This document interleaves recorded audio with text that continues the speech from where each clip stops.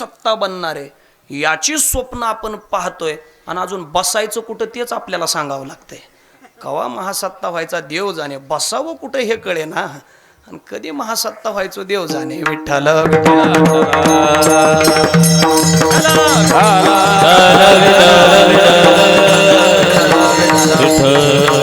या अभंगातून जगद्गुरु तुकोबाराय वर्णन करतायत. आपल्याला आपलं हित कळालं पाहिजे. त्या हिताचे प्रकार सांगितले. एक आहे प्रेयहित आणि दुसरा आहे श्रेयहित. जे आपल्या बुद्धीला पटतं, आपल्याला जे करावं अशी साहजिक आपली प्रवृत्ती ज्याच्याकडं आहे त्याला म्हणायचं आहे प्रेयहित. पण शास्त्रानं जे हित आपलं परमहित म्हणून सांगितलं त्याला श्रेयहित म्हटलं गेलेलं आहे. आणि असे हिताविषयी जे जागे असतात ते सामान्य नसतात. अशा भगवत भक्तांचे जे परंपरा आहे, ज्या कुळाची परंपरा आहे, अनायासे ते भगवत प्राप्तीला प्राप्त होतात. आणि म्हणून या अभंगाकडे मी प्रवृत्त झालो. आज आपण श्राद्ध करण्याकरता प्रवृत्त झालेलो आहोत. काय आपल्याकडं अनेक धर्म आहेत. अनेक धर्म जसे आहेत तसे अनेक पंथ आहेत. अनेक पंथ जसे आहेत तसे प्रत्येकाचे नियमही वेगवेगळे आहेत. आपल्याकडे श्राद्धाच्या संबंधानं जर वर्णन केलं तर आपल्याकडे एक धर्म आहे, तो आहे ख्रिश्चन धर्म. त्या ख्रिश्चन धर्मियांमध्ये वर्णन असं आहे, शेवट एखाद्या व्यक्तीचा झाला आणि त्याचा शेवटचा विधी केला की ख्रिश्चन धर्माचा नियम आहे, नियम संपले. आता पुढं कोणतं कर्तृत्व राहिलेलं नाही. म्हणजे एखादा व्यक्ती गेला आणि त्याचा विधी झाला की विषय संपला. असं ख्रिश्चन धर्मियांमध्ये आहे. तर आपल्याकडे दुसरा धर्म आहे, तो आहे इस्लाम धर्म. इस्लाम धर्मामध्ये सुद्धा असं आहे, 40 दिवसाचं सुतक त्यांच्याकडे आहे.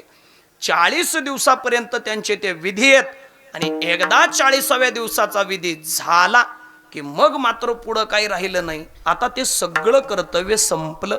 असं इस्लाम धर्मामध्ये आहे. पण आपली भारतीय संस्कृती, आपली हिंदू धर्म संस्कृती आपल्याला सांगते, ज्यांनी आपल्यावर उपकार केले त्यांच्या संबंधानं त्यांच्या उपकाराचं स्मरण म्हणून काही श्राद्ध कर्म करा. ते कसे करा? शास्त्रात वर्णन आलेलं आहे. एखादी व्यक्ती आपल्या घरातली गेली की मग काय होतं? शास्त्र बोलतंय, एखादी व्यक्ती गेली म्हणजे त्याचा जीवात्मा कुठेही गेलेला नसतो. तो त्याच आपल्या देहाच्या आजूबाजूनं सूक्ष्म रूपानं फिरत असतो. कुठपर्यंत? जोपर्यंत तो देह चितेवर नेऊन ठेवला जात नाही तोपर्यंत. म्हणजे एखादा जीवात्मा गेला म्हणजे तो लगेच कुठं जात नाही. तो जीवात्मा आपलं जे शरीर आहे त्या शरीराच्या संबंधानं आजूबाजूला फिरत असतो आणि तो पाहत असतो खरं कोण रडतंय आणि खरंच कोण रडतंय हे सगळं तो पाहत असतो. म्हणजे त्या जीवात्म्याला त्यावेळेला ते ज्ञान असतं.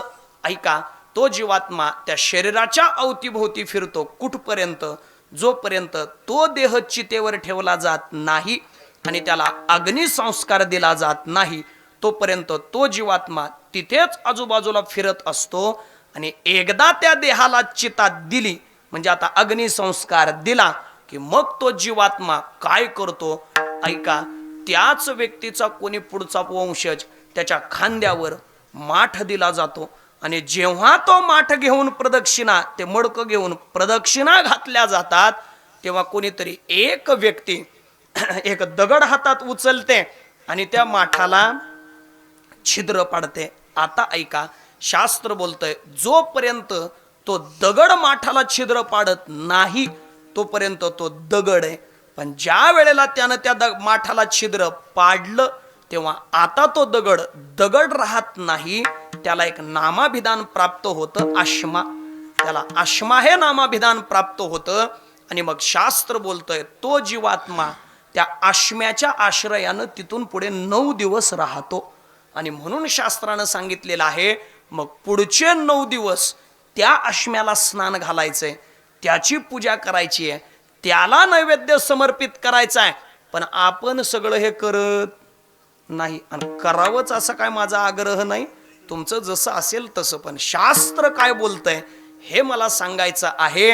म्हणजे दुसऱ्या त्या दिवशी त्या आश्म्यात तो जीवात्मा प्रवेश करतो. तो कुठपर्यंत? दशक्रिया होईपर्यंत.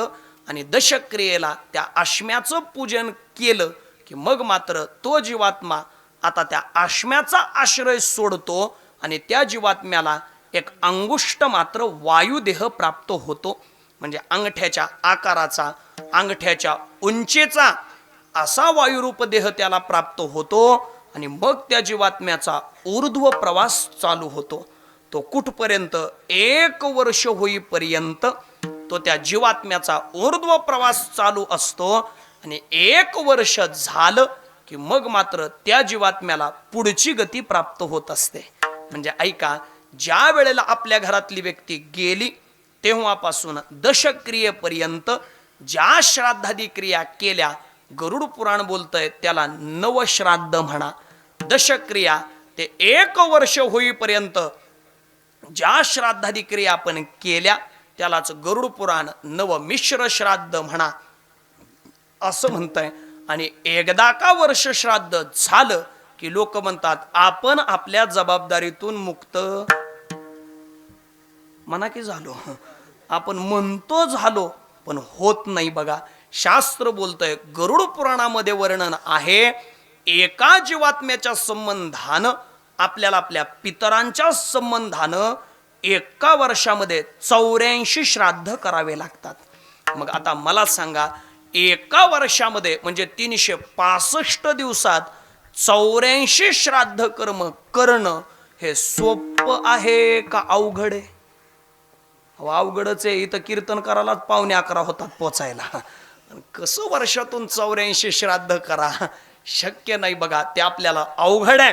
आणि मग शास्त्र बोलतंय, एखादी क्रिया जर तुम्हाला अनेक वेळा करणं शक्य नसेल तर मग काय करा? कमीत कमी ती 3 वेळेला करा. कोणतीही गोष्ट 3 वेळेला करणं याला अनेक वेळा केल्यासारखं आहे असं म्हणतात. अगदीच उदाहरणानं पटवून द्यायचं ठरलं तर एखाद्या माणसाचं आपलं भांडण लागलं की त्या भांडणात आपण त्याला म्हणत असतो 3दा सांगितलं या तुला. काय म्हणतो आपण? 3दा सांगितलं या, परत सांगणार नाही. म्हणजे 3दा सांगितलं म्हणतो म्हणजे अनेक वेळा बोललोय बाबा तुला, आता हद्द झाली. म्हणजे मला सांगायचं काय? 3दा सांगणं म्हणजे 3 वेळेला कोणतीही क्रिया करणं म्हणजे ती असंख्य वेळा केल्यासारखी आहे. आणि म्हणून गरुड पुराणानं सांगितलेलं आहे, कमीत कमी 3 वेळेला त्यांचं स्मरण करा. केव्हा केव्हा? भाद्रपद महिन्यात पितृपंधरवडा येतो तेव्हा एकदा पितरांचं स्मरण करा. अक्षय तृतीया नावाचा दिवस आहे तेव्हा एकदा पितरांचं स्मरण करा. आणि ज्या तिथीला आपले माता किंवा पिता गेलेले आहेत ते त्यांची तिथी कायम स्वरूपी लक्षात ठेवा आणि त्या दिवशी त्यांचं स्मरण करा.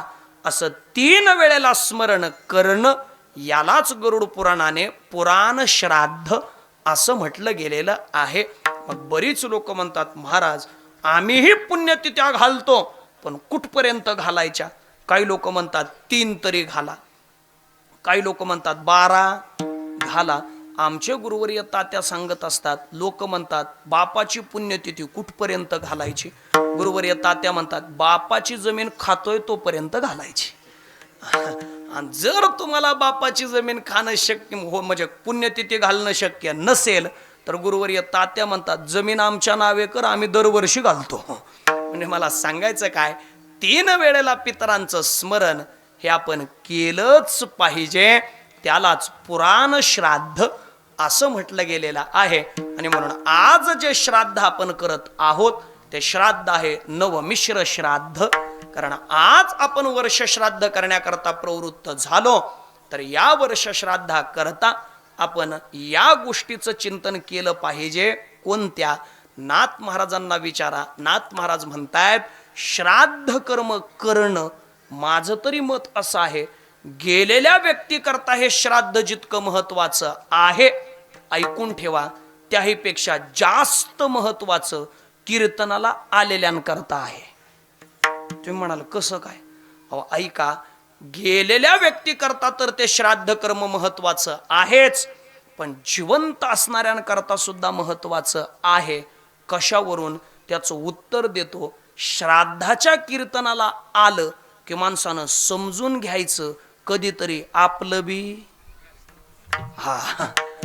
कधीतरी आपलंही श्राद्ध होणार आहे, एवढं माणसानं जरी कायम स्मरणात ठेवलं तरी सुद्धा माणूस चुकीचा वागू शकत नाही.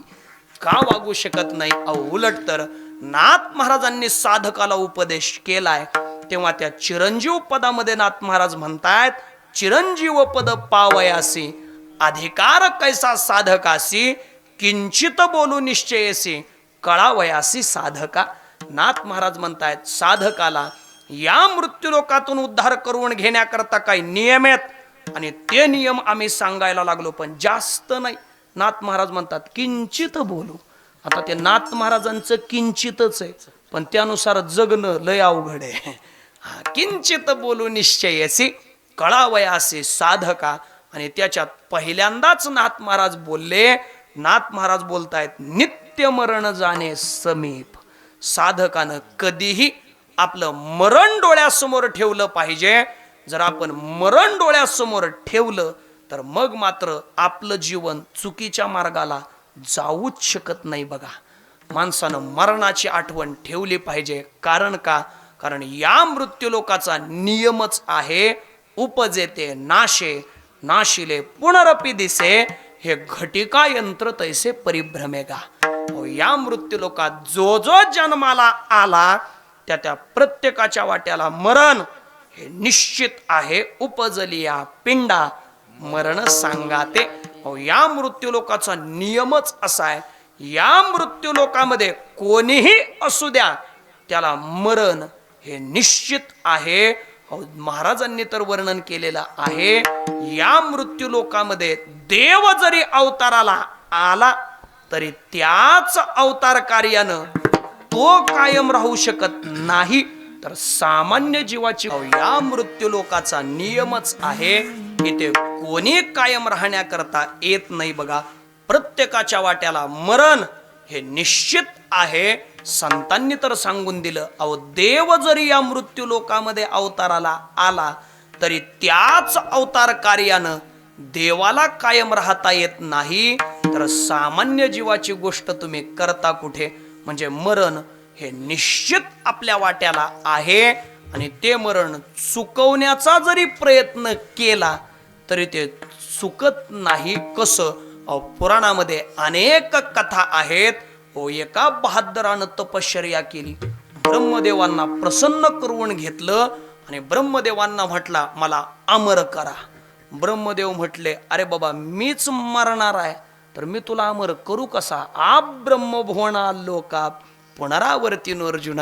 अरे मी सुद्धा मरणारा आहे तर मी तुला अमर कसा करू? मग त्यानं विचार केला दुसरं काय मागायचं, असं मागायचं की मरणच आलं नाही पाहिजे.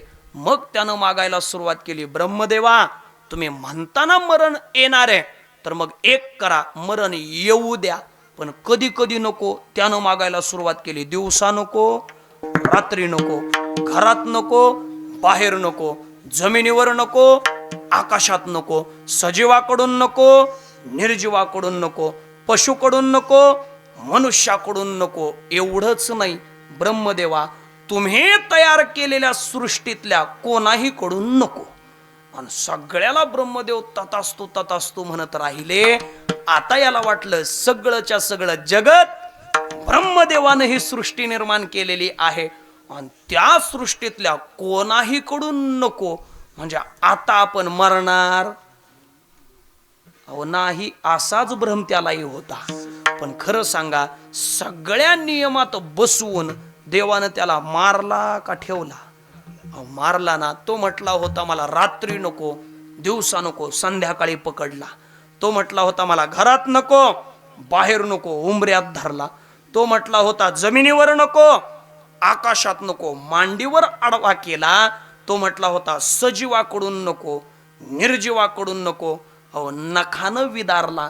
तो म्हटला होता पशुकडून नको, मनुष्याकडून नको. मिलित अवतार भगवान नृसिंहाचा धारण केला आणि तो म्हटला होता ब्रह्मदेवा तुम्ही तयार केलेल्या सृष्टीतल्या कोणाही कडून नको. हा म्हटला बावळ्या ब्रह्मदेवानं मला नाही, मीच ब्रह्मदेवाला तयार केला आहे, मी कुठं त्याच्या सृष्टीतला आहे. म्हणजे मला सांगायचं काय, मरण नको म्हटलं तरी ते शक्य नाही, मरण येणारच आहे. आमचे गुरुवर्य डॉक्टर